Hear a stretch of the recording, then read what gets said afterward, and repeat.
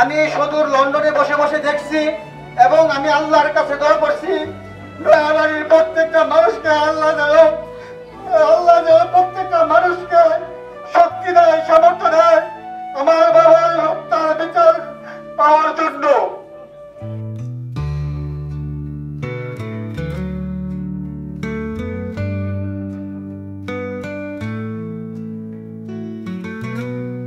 ঢাকা জেলা police super মহোদয়ের বিচক্ষণতার সহিত এই মামলায় এই হত্যাকাণ্ডে যারা কিলিং মিশনে যারা অংশ নিয়েছিলেন তারা প্রত্যেকেই গ্রেপ্তার হয়েছে। বাকি আছে শুধু মাস্টার মাইন্ড এবং অর্থদাতা। আপনারা কি মাস্টার মাইন্ডকে দেখতে চান?